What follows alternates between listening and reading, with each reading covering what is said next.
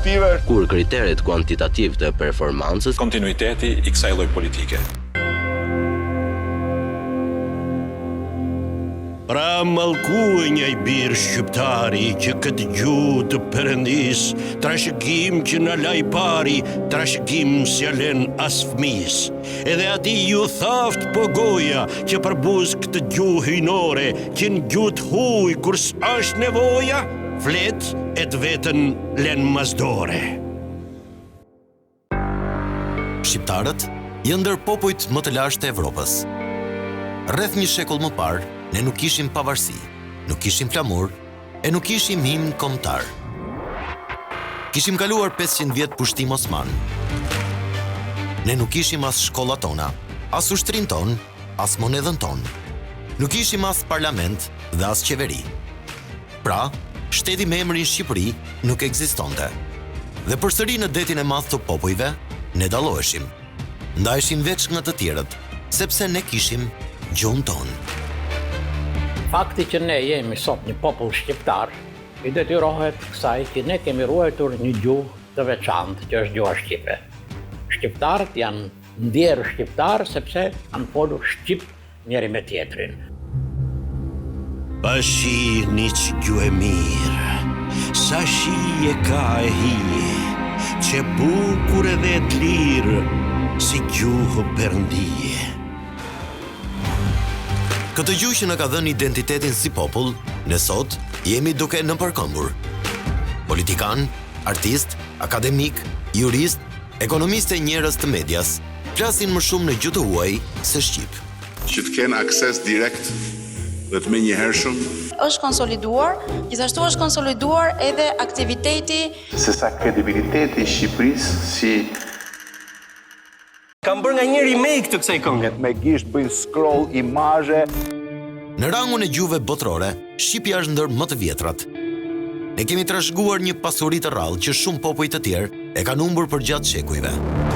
Gjuha shqipe është pasardhëse e një gjuhe, e një dialekti, ose një idiome, si që quajnë gjuhëtarët, të lashtë të atij Ballkanit të kohëve antike. Ai ishte thjesht ilire. Ai ishte iliro-trake, disa mendojnë që ishte trake, kjo nuk ka shumë rëndësi. Rëndësi ka që ne jemi gjuhësisht trashëgimtar të një gjuhe të Ballkanit të lashtë të kohës antike. Kjo gjuhë dhe ky popull janë një vlerë europiane dhe prandaj ajo ka rëndësi diçka që e kanë kuptuar gjuhëtarët dhe studiuesit e tjerë disa shekuj përpara dhe prandaj janë interesuar për gjuhën shqipe. Në fjalorët e sotëm, studiuesit kanë arritur të identifikojnë fjalët e pastra në ato të huazuara që ka gjuha shqipe. Fjalë shqipe të mirëfillta me origjinë ilire janë 400. Do thotë janë shumë pak, do të qydo vetëm pasazhe të ilirëve ndër të tjera. E disa kanë francezët fjalë nga galët, që quhen barasit e tyre, 50 fjalë, terma bujqësore, dhe quhen fjalë veten pasazhe të galëve. Në fundi shekullit të 19, filloi ajo që ne quajmë rilindja kombëtare. Figurat të shquara si Mjeda, Vllezrit Frashëri, Kristoforidi e Petro Luarasi nisën punën e tyre për të ngjallur ndër shqiptarët dëshirën për liri e pavarësi. Gegetosk, Malcia, Lia, janë një kombë, mudas duron. Funde maje një është Shqipnia, e një gjuhë të gjithë në bashkon. Rilindësit që ngjallën ndjenjen kombëtare që ka të drejtë edhe populli shqiptar të ketë shtetin e vet, këta rilindës u kapën tek gjuha. Por u deshën edhe shumë vite të tjera, derisa të kishim një gjuhë të studiuar shkencërisht. Pas vendosjes së sistemit komunist, u punuar shumë në fushën e gjuhësisë, duke nxjerrë fjalor dhe studime shkencore. Puna e palodhur e profesorëve si Eqerem Çabej e Mahir Domi u kurorëzua në vitin 1972. Në këtë vit, u mbajt në Tiranë Kongresi drejt shkrimit të gjuhës shqipe. Deri në këtë vit, dokumentat zyrtare, librat shkollor, gazetat e revistat shkruheshin në dialekte të ndryshme. Por drejtëshkrimi 72-shit i njësuar sankcionoi trajtat normative dhe ngriti gjuhën shqipe në nivelin e gjuhëve të tjera të zhvilluara letrare. U krijua kështu shqipja standarde ose siç njihet ndryshe, gjuha letrare. Gjuha shqipe shkruhet, është e ngulitur në vepra shkencore, në përkthime, në fjalor, në studime gjuhësore e tjera. Domethënë, është një njësi kulturore më vete e stabilizuar. Kushtetuta e Shqipërisë, në nenin 14, shprehet se gjuha zyrtare e Republikës së Shqipërisë është gjuha shqipe. Me këtë, nënkuptojmë gjuhën letrare.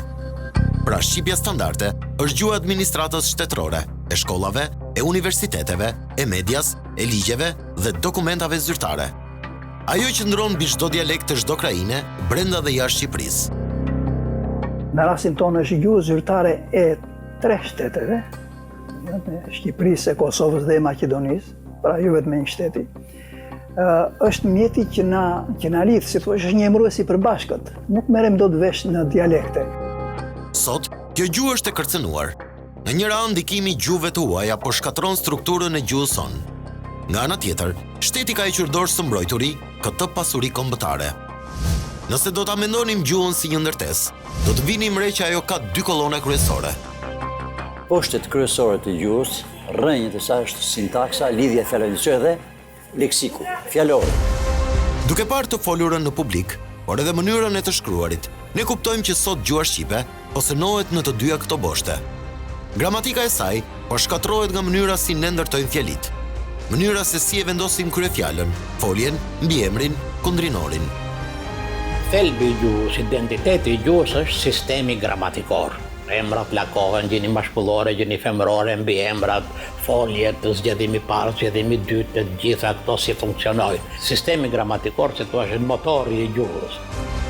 Pa e kuptuar, ne kemi filluar të mendojmë dhe të shprehemi në anglisht. Folësit televiziv, por tani e kam mësuar edhe njerëz se thjesht, për shumë të rejat, ose të rinj që shkon në një bank ose në një zyrë, i shqiptojnë fjalët me theks në rokjen e parë. Dhe po themi ne, unë e kam emrin Rami, ajo më thot Rami mua. Se anglishtja e ka theksin, gjermanishtja e ka theksin për shembull në rokjen e parë, në shumicën e fjalëve. Kurse shqipja e ka theksin në rokjen e fundit. Kështu që Hasanit nuk mund të thosh Hasan për shembull, ose Alvinit, atij djalit që u shpëtua nga Siria, këto folësit në televizion i thon Alvin. Domethënë një anglizim si termine i shqipes, që është që e dëmton ata.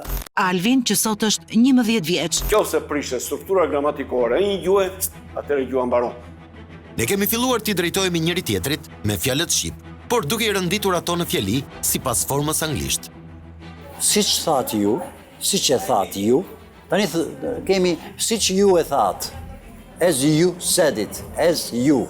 Pra, anglezët kështu e përdorin. Ne themi siç e thatë ju, siç u shprehet ju, e vëmë në fund kryefjalën, ju, ose ai, siç e tha ai, jo siç ai e tha. Nuk janë vetëm strukturat e fjalive që po dëmtojnë gjuhën. Studiuesit vënë re edhe një ngurtësim të gjuhës. Kjo do thotë që për të shprehur diçka, ne përdorim më pak fjalë se dikur.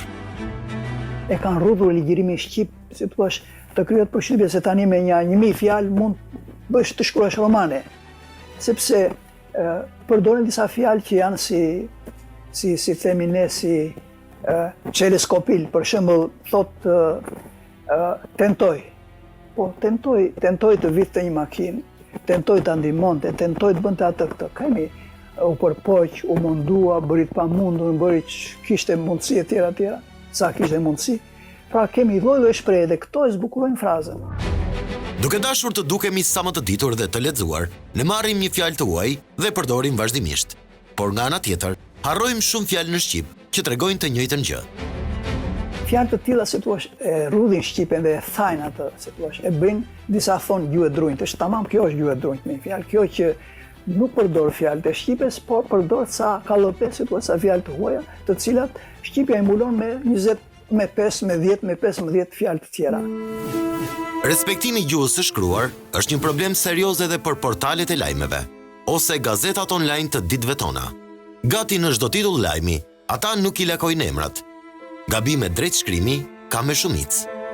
Portali standard.al shkruan fjalën mësohet, kur duhet ta shkruante mësohet. Tek lapsi.al shkruajnë vendet muslimane, kur duhet ta shkruanin vendet myslimane. Ndërsa fjalën mosdëgjim e shkruan të ndarë kur duhet ta shkruante të bashkuar. Portali INATV.al shkruan fjalët ish ambasadori SBA, por në fakt duhet të shkruante ish ambasadori SBA-s. Gazeta Telegraf shkruan për festën më të madhe të kombit shqiptar, kur sipas drejtshkrimit duhet ishte shqiptar pa shkronjë në. Një problem tjetër që po cënon fjalën shqipe është moslakimi i emrave. Ky është një shtrëmbërim i natyrës së vetë gjuhës. Pra, edhe njerën e përdorim fjalë shqipe, por duke i shtrëmbëruar ato sipas variantit të anglishtes. Një tjetër dëm është në morfologjinë e shqip, sidomos emri po dëmtohet shumë. Rama takon Merkel, për shembull. Ose Spak fillon nga puna. Kur do thoshe Spaku fillon nga puna, apo do thoshe Rama takon Merkelin, kjo është në natyrën e shqipes. Trump nuk kalon pa përmendur se fal kërkesës së tij të vazhdueshme për kontribute. Këto deklarata të Trump vijnë vetëm pak ditë pas samitit të NATO-s. Katastrofë, nuk lakohen emrat. Pritje sa ky, pritje e Buffon. Pritje e Buffonit, lakohet emri. Avion italisht ta thuhet Parata di Buffon. Ku cilit publik i drejtohesh? Publikut italian apo publikut shqiptar? Shqiptar, por shqiptari i lakon emrat, i thashun. Në pamje të parë, kjo duket një çështje e parëndësishme. Por nëse do të ishim të vëmendshëm, lakimi ose mos lakimi i emrave ndikon shumë në kuptim që merre folur ajon. Trump takon Putin. Putini i tha Trumpit se kjo ç'i rregullohet, apo Putinit Trumpi i tha se. Shmerret vesh. Përkthyesi çdo di, kur ta përkthej nga shqipja në frëngjisht me emra të palakuar, është vllaztar. Nga ana tjetër, duke përkthyer nga anglishtja në mënyrë mekanike, ne kemi prishur strukturën e gjuhës shqipe në përdorimin e përemrave. Dëgjohet të përlajmet ose që presidenti i një vendi me bashkëshorten e tij bën një vizitë këtu. Udhëtimi i princit Charles dhe bashkëshortes së tij Camilla pritet të nxjisë hapjen e një kapitulli të ri mes Britanisë së Madhe dhe Kubës. Në gjuhën shqipe nuk ka nevojë me bashkëshorten e tij, me bashkëshorten. Mjafton kaq, edhe kuptohet që është bashkëshortja e tij. Këto deformime në përdorimin e gjuhës nuk na bëjnë përshtypje në jetën e përditshme, por ato janë thelbi të folurit dhe i të menduarit shqip.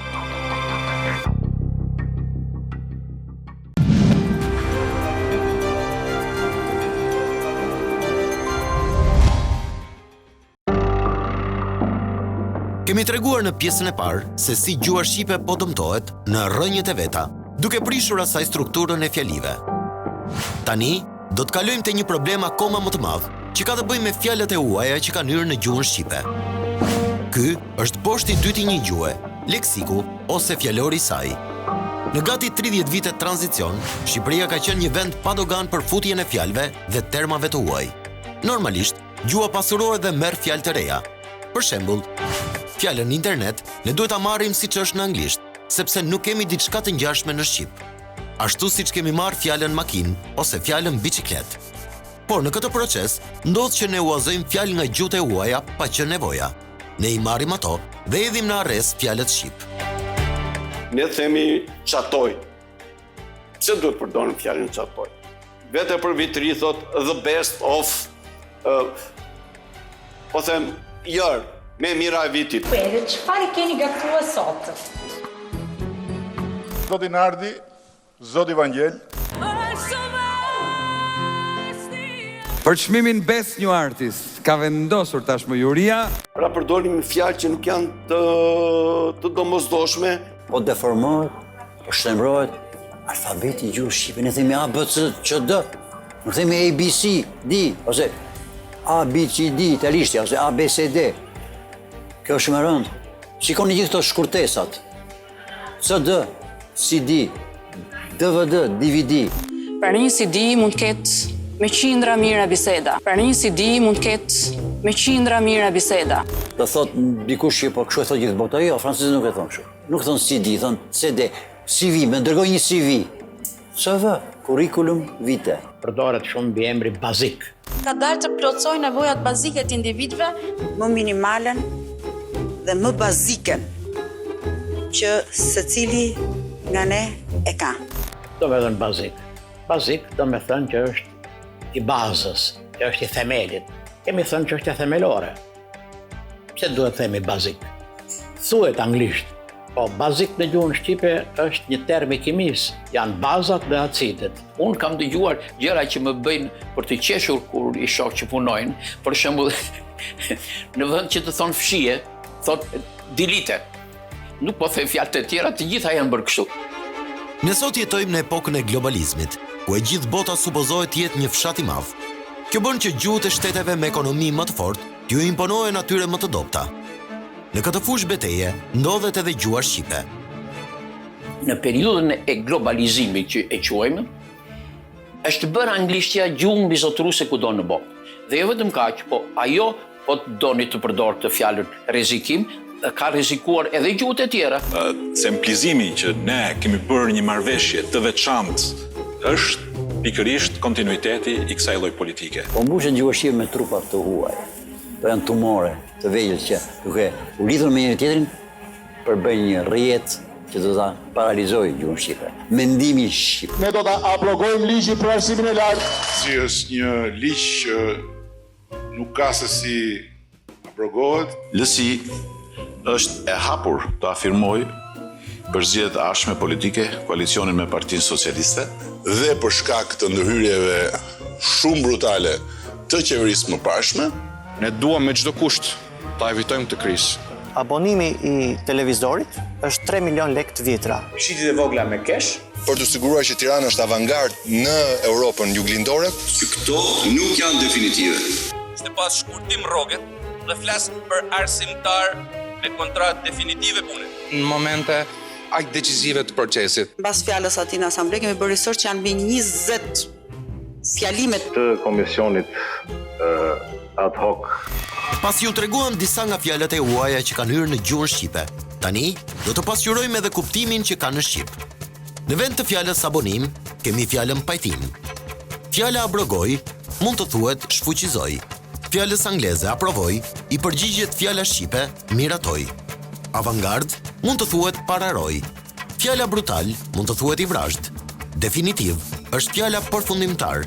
Decisiv mund të thuhet vendimtar. Research ka përballë fjalën shqipe kërkim. Fjala ad hoc mund të zëvendësohet me fjalën i posaçëm. Duket qartë që këto fjalë të huaja nuk kanë qenë as pak të nevojshme të uazoheshin nga jashtë, sepse gjuha shqipe ka fjalët e veta për këto terma. Do të komunikojnë adresimin e problemeve prioritare, Ky është një problem për tu adresuar, zë thotë një problem për të adresuar. Ka humbë adresën problemi? Në Anglia to address a problem. Mos e di, të merresh me këtë problem për ta zgjidhur. E ka aksesin Paltushku, e ka aksesin Bërshita, e ka aksesin Farka, e ka aksesin Petrela, e ka aksesin Kraba. Kjo rrugë nuk është e aksesueshme. Në atë rrugë nuk kalohet, nuk ka nevojë. Ose është e pakalueshme, mund ta marrim kështu. Nuk kam akses në internet. Nuk futem dot në internet. Nuk kam internet. Këto më lart ishin më shumë fjalë që kanë hyrë në institucione dhe të folurën zyrtare, ndërsa fjalë të tjera, akoma më të panevojshme, kanë hyrë në të folurën shoqërore. Kështu, ne nuk themi më fundjavë, por themi weekend. Nuk themi shfaqje, por themi show. Nuk themi mark, por themi brand. Nuk themi publik, por themi audiencë. Nuk themi sfond, por themi background. Nuk themi para në dorë, por themi cash. Nuk themi e drejtë autori, por themi copyright. Nuk themi ekran, por themi screen. Nuk themi thashe theme, por themi gossip. Të gjithë na ka ndodhur të dëgjojmë rëndom fjalën siguracion. Siguracioni i makinës, i shtëpisë ose i shëndetit, por kjo fjalë nuk është shqip. Siguracion. Është një fjalë, thoshte profesor Aleksandr Gjobani, që duhen kapur me mash dhe duhen flakur jashtë. Jo me dorë, po me mash, se janë tillat pista që thoshte kanë tabela të ndryshme siguracione. Presim siguracione. Jo, sigurim makinash, sigurim shëndeti. Dhe ato do ftesat, fjala siguracion është një fjalë kontraband. Dëgjoni këtë shprehje të drejtoreshës së Agjencisë së Monitorimit Financiar, Enke Lejda Sheu, në vitin 2016. Ajo po raporton në kuvent para Komisionit Ekonomisë. Ku kishte treguesin e likuiditetit aty si definition, çfarë është për projektin e First Insurance që kemi ne aty? Ky është një rast kur një zyrtar i lartë i shtetit flet në gjuhë huaj në ushtrimin e detyrës dhe para ligjvënësve. Ndërkohë, në kushtetut thuhet që gjuha zyrtare në Republikën e Shqipërisë është gjuha shqipe. Nëse jedh një sy faqe zyrtare në internet të institucioneve më të larta të shtetit, shikon që edhe aty përdoren fjalë të huaja. Në faqen e Kuvendit gjejmë një dritare që titullohet Newsletter, e përkthyer në shqip, ajo do të ishte këndi i njoftimeve ose të rejat e fundit. Por Kuvendi, institucioni më i lartë kushtetues, ka zgjedhur ta shkruajë në anglisht. Ndërsa në faqen e kryeministrisë gjejmë fjalën newsroom, një fjalë 100% anglisht që në shqip përkthehet dhoma e lajmit. Nëse e përkthejmë, ajo mund të shkruajë thjesht këndi i medias. Eksperimentet gjuhësore vazhdojnë çdo ditë në të gjitha fushat. Fajtorët kryesor janë ata që shesin, po i quajmë kështu ata që reklamojnë. Sot jetojmë në një treg të lirë dhe suksesi arrihet duke shitur.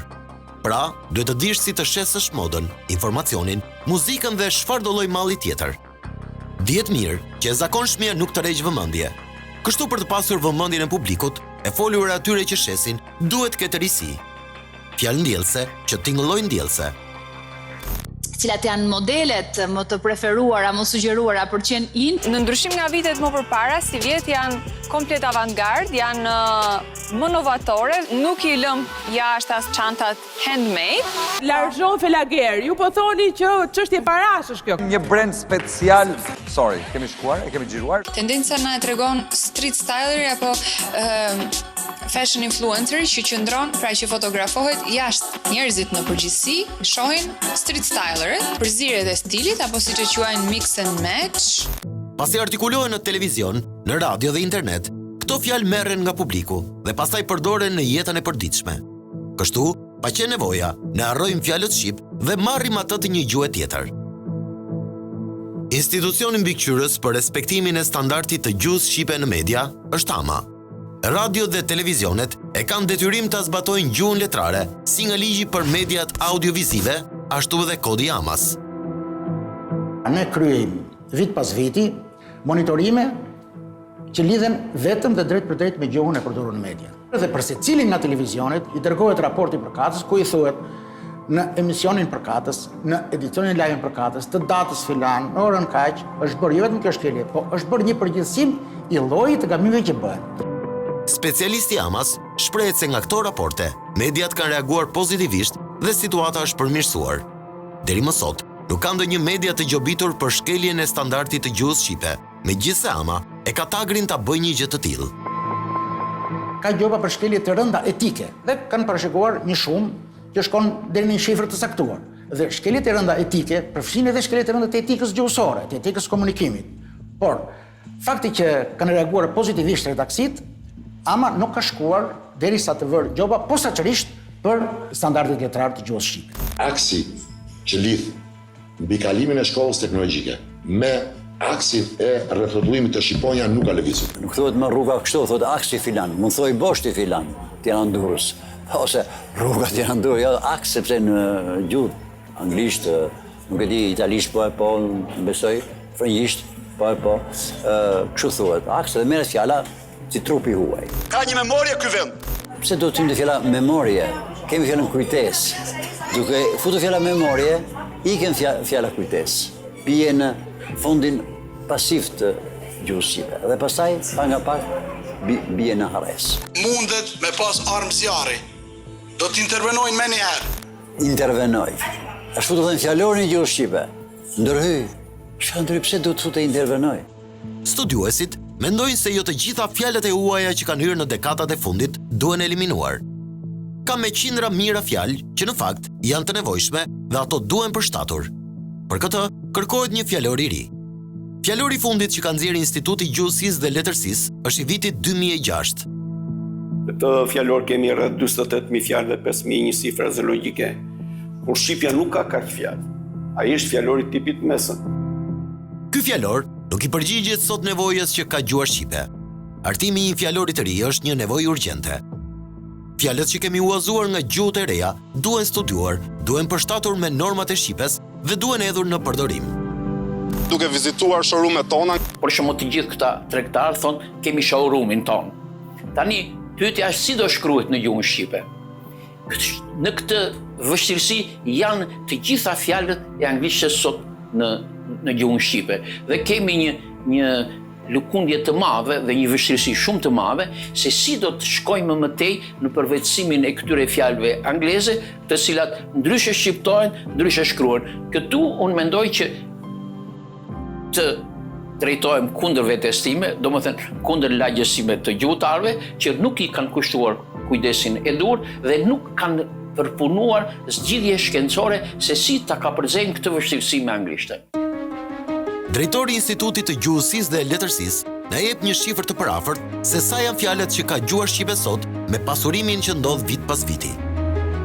Me mendimin që po pasurohet në mënyrë të vazhdueshme, shqipja mund të ketë 400-500.000 fjalë në përdorim.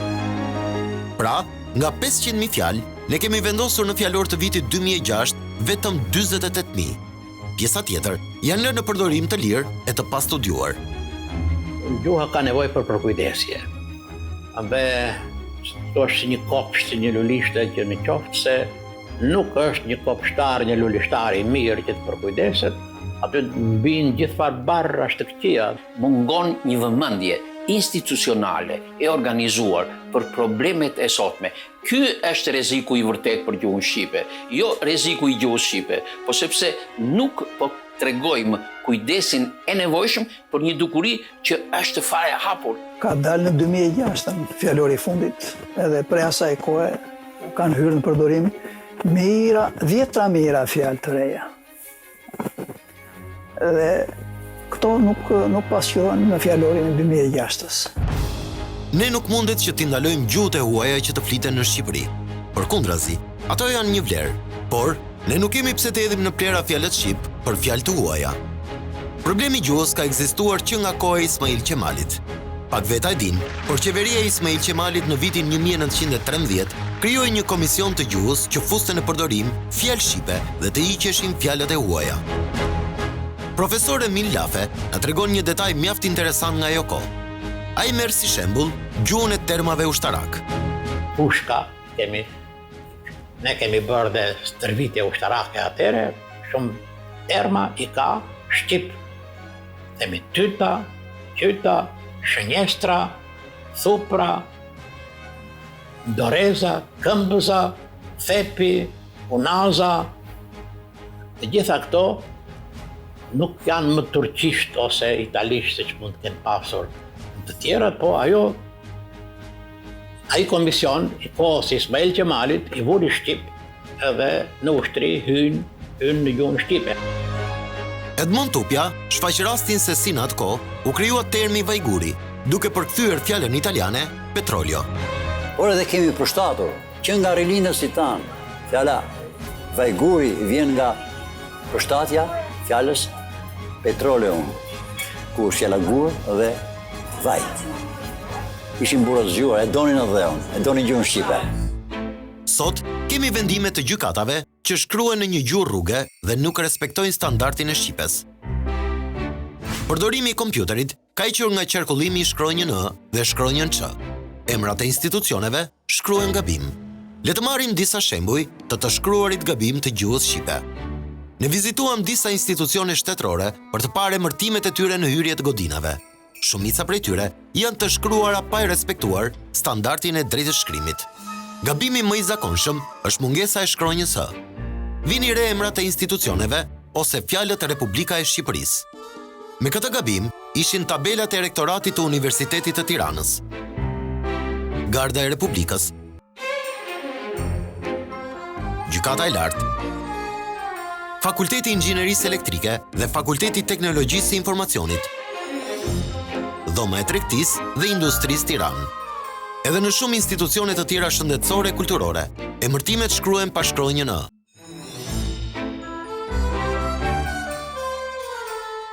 Surprizë për ne ishte mungesa e shkronjës ë në hyrje të Fakultetit të Historisë dhe Filologjisë. Pra, aty ku studiohet gjuha shqipe. Kjo tregon qartë se institucionet shqiptare nuk e kanë mendjen të respektimi i gjuhës shqipe. Tani, shikoni si kontrast një kompani italiane që operon në Tiranë. Eko Tirana është kompania italo-shqiptare që menaxhon mbetjet e kryeqytetit. Në çdo kazan, drejtshkrimi i gjuhës shqipe është shumë i saktë. shkronja A e vendosur edhe atje ku gërmat janë kapitale. Të bën çudi që një kompani italiane respekton gjuhën shqipe edhe tek kazanat e plerave, ndërsa shqiptarët nuk e respektojnë as në hyrje të universiteteve. Kur bëhet fjalë për dokumenta zyrtare, drejt shkrimi i shqipes lë akoma më shumë për të dëshiruar. Shikoni këtë vendim të gjykatës së lartë. Në 13 faqet e tij nuk gjendet asgjë kundi shkronja A. Ndërkohë, ka edhe fjalë të tjera që janë shkruar gabim. Për shembull, është shkruar gjithçka në vend të gjithçka. Në këtë rast, ky nuk është thjesht gabim estetik. Në këtë rast luhet me drejtësinë. Një shkronjë vetme, një term i vetëm mund të dënojë apo të shfaqsojë një njeri. Mirë po, në anën juridike, demi dhe dëmi janë dy fjalë të ndryshme. Për shembull, ose cami dhe çami po të jetë si mbiemra, ka një Ali Cami, ka dhe një Ali Çami. Profesori nderuar na tregon edhe një histori personale, kur me kolegët e tij regjistruan në gjykat shoqatën e gjuhësisë. Në vitin 2014 u themeluam shoqatën e gjuhësisë shqiptare dhe u regjistruam në gjykat. Kur shkoj ta marr të vendimin e gjykatës, shikoj që ata kishin futur në ato kallëpin e tyre, në formulet e tyre dhe atje ishte plot gabime drejtshkrimore, edhe unë nuk e pranova këtë vendim. Pata dhe një debat, më thanë që qenë ke shumë të mëngulës, po natyrisht e thash ne këtë shoqëri, shoqat të gjuhësisë shqiptare e krijojmë për të mbrojtur gjuhën shqipe, për të respektuar rregullat e gjuhës shqipe, por këtë vendim që do ta shpall në faqen e shoqatës, si mund të lejojmë që të jetë me gabime? Gjuha e saktë është thelbësore në fushën juridike. Një vendim i drejtë gjykate, por i shkruar gabim, mund të kishte pasoja të rënda për palët kundërshtare. Një qytetar nga Pogradeci diku nga fillimi i viteve 90 erdhi në departamentin e gjuhës, në fakultet, edhe tokiti atje, thot, ky është departamenti i gjuhës, po i thash, urdhoni si e keni hallin, po thot, kam një problem drejtësie, thash, po du të shkoni te juridiku, i thash, jo, tha, e kam me ju, keni fjalor gjuhë shqipe, po kam, tha. Tha, kjo fjalë, çfarë kuptimi ka? E hapa unë atë fjalën, nuk e mbaj mend, gabim kam bërë se kam shënuar, edhe i thash, e fitova gjyqin. Pse i thash? Po tha, është një ligj i kohës zogut që ka këtë, ishte puna e një lidhëze atje. Edhe ata gjykatësit atje ja interpretonin gabimat e lidhëzën. Ja shpjegova unë, po ku është kjo, tha? Te fjallori, ma trego pak, tha, fjallori, ja trego unë fjallorin. E fitova gjyqin, tha, faleminderit dhe iku. Gjuha e miratuar si një gjuhë standard shtetërore ka edhe vlerë juridike. Për shembull, në vendimet që jepen, vendimet është detyrueshme të jenë sipas standardit, sepse përndryshe ato mund të interpretohen si të duam.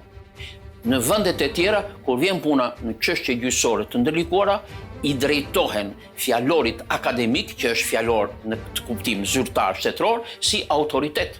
Domethënë, kjo fjalë do merret me këtë kuptim apo me këtë kuptim. Në këtë dokument rregullore të brendshme të miratuar nga Gjykata Administrative e Gjirokastrës, gjysma e kokës së dokumentit është me shkronjën N, ndërsa gjysmat e fjalëve janë pa këtë shkronjë. Një dokument tjetër vjen nga Bashkia e Fierit. Është një vendim i prillit 2019 për ndarjen e territorit brenda qytetit. Në të gjitha rastet, fjala lagja shkruhet gabim pasi mungon shkronja J. Skandali më i madh është që në fund të dokumentit, ku fjalët kryetari Këshillit të Bashkisë shkruhen me shkronjën W. Kjo shkronjë nuk ekziston në alfabetin shqiptar. Përveç kësaj, termi sakt nuk është Këshilli i Bashkisë, por Këshilli Bashkiak.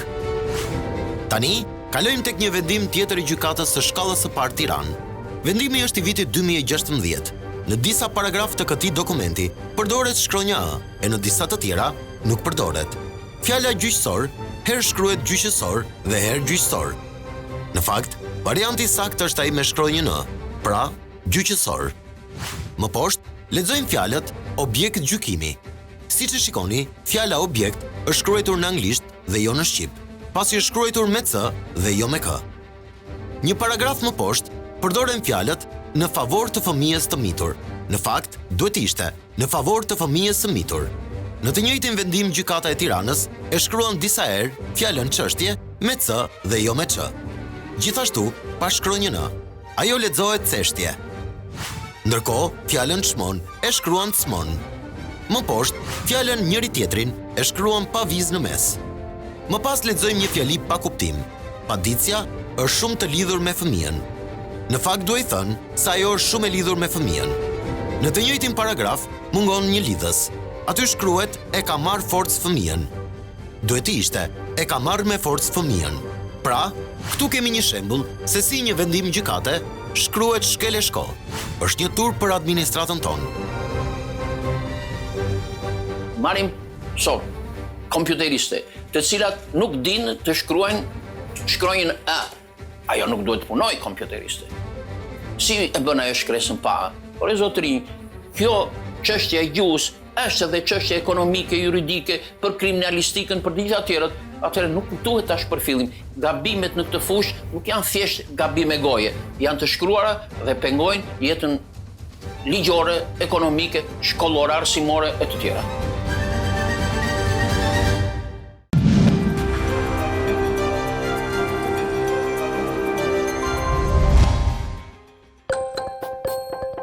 Në kohën e sistemit komunist, shteti ishte kujdesur që makinat e shkrimit që vinin nga jashtë të prodhoheshin që në fabrikë të pajisura me shkronjën ç dhe shkronjën ë, që zakonisht gjuhët e tjera nuk i kanë.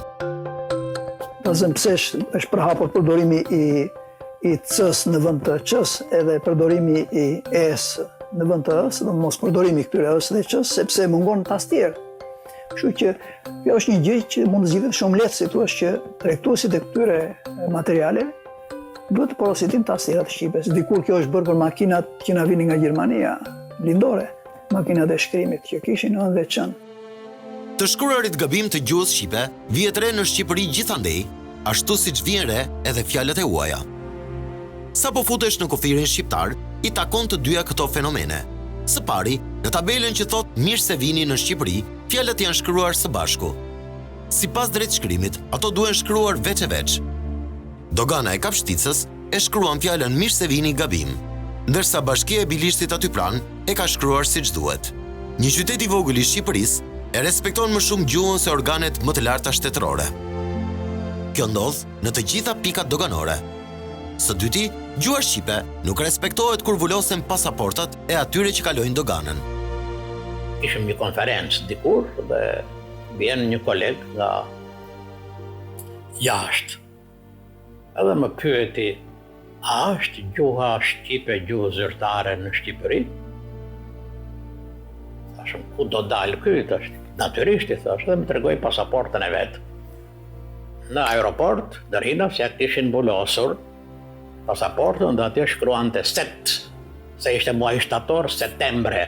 Do me thënë, ati bënte përshtypje që shteti shqiptar nuk i ka vullat shqip. Kjo nuk ndodh në vend tjetër që të shkruhet emri i muajit në vullat e një shteti, se është vulli shtetit ajo, të shkruhet në një gjuhë tjetër. Por, nuk janë vetëm tabelat në pikat kufitare të shkruara gabim. Edhe në shkollat tona, atje ku është djepi dijes, bëhen gabime trashanike. Tabelat mirë se vinin zënës të dashur, shkruhen gabim. Fjalët bashkohen. Më absurd, është emri një shkolle 9 vjeçare në Tiranë. Në balë të godinës lexon shkolla Sabahudin Gabrani, ndërsa pllaka në hyrje të oborrit lexon Sabahudin Gabrani. I mungon shkronja h. Gjithashtu, shkolla 9 vjeçare duhet ishte shkruar me një vizë në mes. Ky gabim vihet re edhe në shkolla të tjera. Edhe në hapësirat publike të qyteteve tona, gjuha standarde shtrëmërohet gjithandej. Bashkia e Tiranës, tek rrethimet me xham që ka vendosur tek Pazari i Ri, këtë fjalë e ka shkruar të gjithën bashk. Pra, Pazari i Ri, në një fjalë të vetme, por jo vetëm tek xhamat. Ky emërvendi është shkruar në këtë mënyrë edhe tek tabelat zyrtare të bashkisë. Por, nuk është ky i vetmi problem. Në hyrje të tregut të peshkut dhe mishit, bashkia ka vendosur fjalën markata. Kjo fjalë nuk është shqip. Markat është një shtrembërim i fjalës italishte mercato. Aty u ndërtua në kohë të Italisë, siç thuhet, një treg dhe italisht thuhet mercato, shqiptarët quajtën që mercato do me thënë një treg i posaçëm, kështu mercato është thjesht tregu. Një gabim tjetër vihet re tek tabelat e parkimit me pagesë në rrugët e qytetit. Aty lexohet parking me pagesë. Gjysma e fjalisë anglisht dhe gjysmar shqip.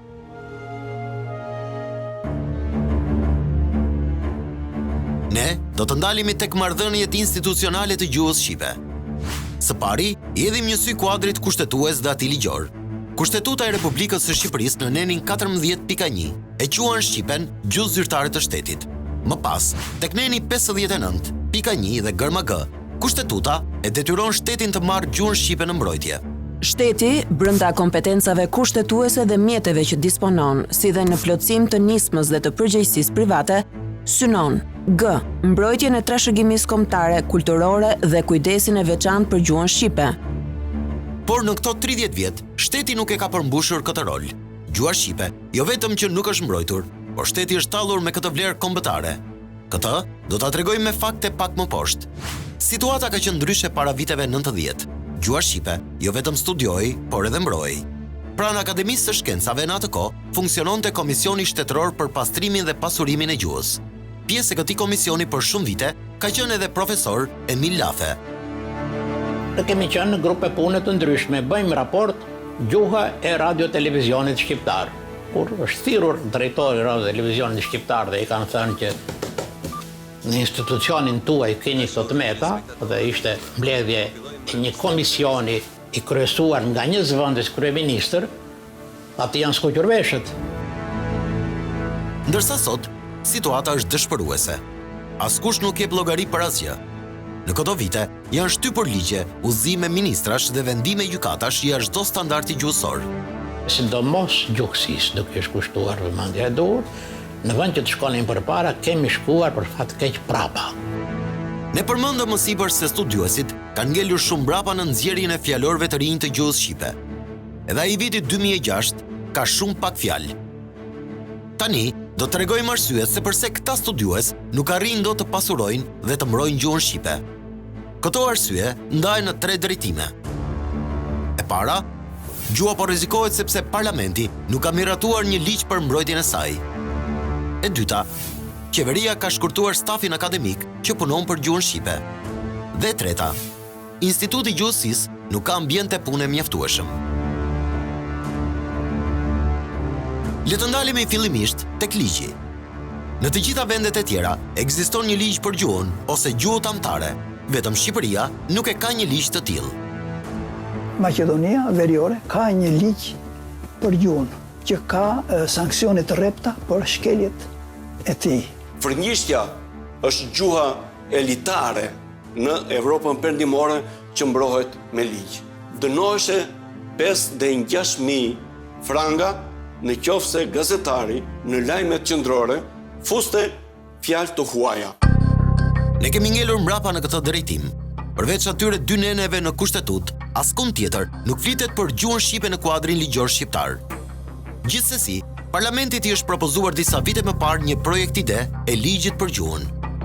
Në vitin 2002, profesor të nderuar akademik si Eduard Sursarova, profesor akademik Luan Omari, akademik Jorgo Bulua, akademik Temlika e tjerë, punuan dhe hartuan ligjin për mbrojtjen e gjuhës shqipe të shqipe standarde. Ne kemi siguruar një kopje të atij projekt ligji, ja të cilat janë 3 pikat kryesore për mbrojtjen e gjuhës. Neni 4. Në të gjithë veprimtarinë e administratës shtetërore, në fushën e arsimit publik dhe privat, në marrëdhëniet zyrtare, në mjetet e informimit, shtypje dhe media elektronike, zbatohet norma gjyqësore dhe çdo tekst publik i fushave të mësipërme, i shkruar ose i folur, duhet të jetë në pajtim me rregullat e shqipes standarde. Ligji më pas kërkonte edhe penalizime për shkelësit, por këto ja linte në dorë qeverisë të përcaktonte. Neni 8. Mos zbatimi i këtij ligji cilësohet kundërvajtje dhe dënohet sipas dispozitave të akteve nënligjore të nxjerra nga Këshilli i Ministrave. Kërkesa e tretë kishte të bënte me ngritjen e një komisioni të posaçëm. Pranë Këshillit të Ministrave të Republikës së Shqipërisë krijohet Komisioni i Përhershëm Shtetëror për Gjuhën Shqipe me kompetencë shkencore dhe me fuqi vendimarrëse, i kryesuar nga zëvendës kryeministri. Domethënë, ky ligj parashikon që të vendoset disiplina gjuhësore e shtetit. Në qoftë se, po them, në parlament, në qoftë se në votimet e akteve të ndryshme, ligjore, në ligjoret e tjera, në të gjitha shkresat zyrtare, nuk do të lejohet përdorimi i fjalëve të huaja, atëre kjo është arritje kjo jonë. Por ligji nuk u mor seriozisht nga politika dhe nuk u miratua asnjëherë. Në atë kohë, pati edhe zëra që ligji të mos miratohet, sepse shqipja standarde duhet të rishikohet dhe të marrë fjalë nga gegërishtja. Ndërkohë, studiuesit ndërsa prisnin që të vinin kohë më të mira, ranë nga shiu në breshër. Në vitin 2005, vjen në pushtet Partia Demokratike. Ajo bëri një reformë në Akademinë e Shkencave, duke hequr prej aty disa institute dhe duke krijuar Qendrën e Studimeve Albanologjike. Këtu vim tek pika e dytë, mungesa e stafit. Reforma e qeverisë Berisha në Akademinë e Shkencave erdhi me shkurtime të thella. Instituti të Gjuhësisë ju hoqën më shumë se gjysma e stafit. Tu ndodhi goditje. Nga 48 veta që kishte instituti, janë vetëm 21 veta. Ne kishim një departament, ishim 10 veta që bënin fjalor. Drejtori sotëm i këtij instituti na bën një krahasim me vendet e tjera. Çfarë burimesh njerëzore kanë ata për të nxjerrë fjalor e për të pasuruar gjuhën, dhe çfarë burimesh ka Shqipëria?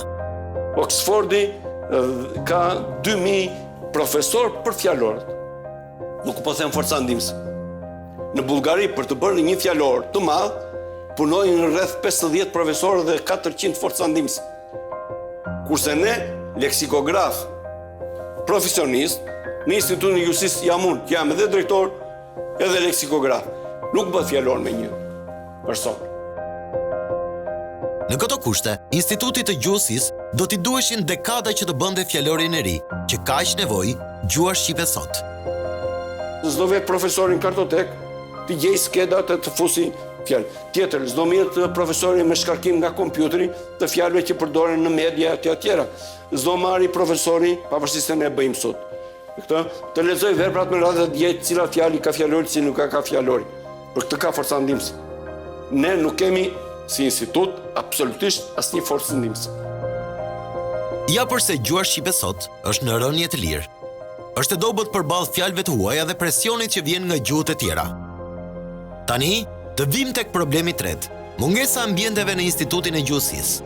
Momentalisht, ata punojnë nga 3 veta në një zyrë dhe me materiale dhe librat mbi tavolina. Në këto kushte nuk bëhet dot shkencë. Por çfarë ka ndodhur me godinën e tyre? Le të kthehemi disa vite pas. Kjo godinë që ndodhet ngjitur me Qendrën e Studimeve Albanologjike, dikur ka qenë palestra sportive e Universitetit të Tiranës. Në vitin 2009, kryeministri Berisha, me vendim numër 793, datë 22/7/2009, ja kaloi këtë palestër Institutit të Gjuhësisë dhe Atit të Historisë. U hodhën rreth 1.5 milionë euro, u bën me 3 kate, u bën mjediset dhe madje filloi edhe puna e punojësve shkencorë në këto mjedise. Në vitin 2013, në pushtet vjen Edi Rama. Në dukje, Rama shfaqej dashamirës me gjuhën shqipe. Sa po erdhi në pushtet, bëri thirrje administratës për të mos lejuar mas një dokument zyrtar me gabime drejtshkrimore. Por me të marrë pushtetin, ai lajmëron me urgjencë Institutin e Gjuhësisë dhe atë të Historisë që të lirojnë godinën sepse do ta bënte Ministri Integrimi. Me vendimin e Këshillit të Ministrave numër 508, datë 30/7/2014, ai ja merrte këtë godinë Qendrës Albanologjike dhe ja kalonte Ministrisë së Integrimit. Kjo gjë u bë fakti kryer. Pra na I morën me mjediset dhe librat e kolegëve të mi janë hedhur në korridor, e thënë nxirr për jashtë se na duhet. Dhe unë dakord mirë jam në një mendje se kështu menduan, por në krye të 6 vjetes shoh se Ministria e Integrimit ka sjellë një integrim të Shqipërisë me Evropën. Rama preu shiritin e inaugurimit të kësaj godine, madje edhe rekonstruksionin e saj, ai e njohu si merit qeverisë së tij.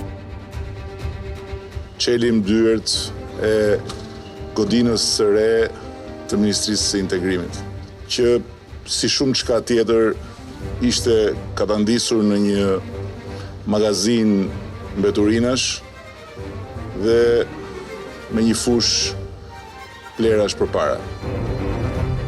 Kryeministri në fakt nuk e gjeti godinën Kazan Perash, por të rikonstruktuar. Më herët, aty ishte Instituti I Gjuhësisë dhe I Historisë. Një qeveri e I studiuesit, tjetra I rrëmben godinat. Neni 59 i Kushtetucës është shkelur me të dyja këmbët.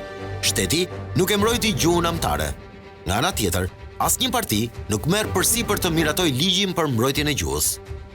A thua vallë, sikur është një dorë e huaj që i pengon. Ata që supozohet të bëjnë shkencë dhe ta çojnë përpara gjuhën shqipe, sot janë kthyer në shitës librash.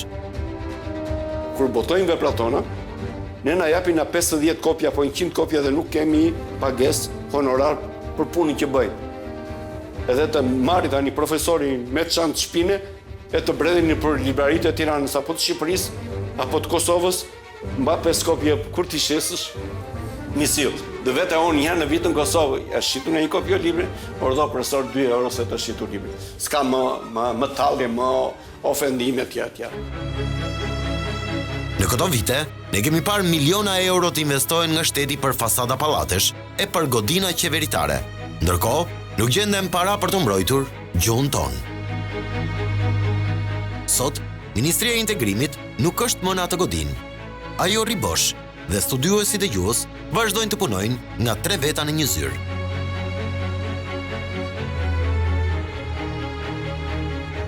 Ky dokumentar shfaqi një pjesë të deformimit të gjuhës shqipe. Natyrisht, sot brezat e rinj e kanë tjetërsuar tërësisht gjuhën duke përdorur shkurtime dhe fjalë të pakuptimta. Mjafton të shikoni komunikimin e tyre në telefon dhe kuptohet fare qartë se gjuha shqipe është drejta zgjësimit.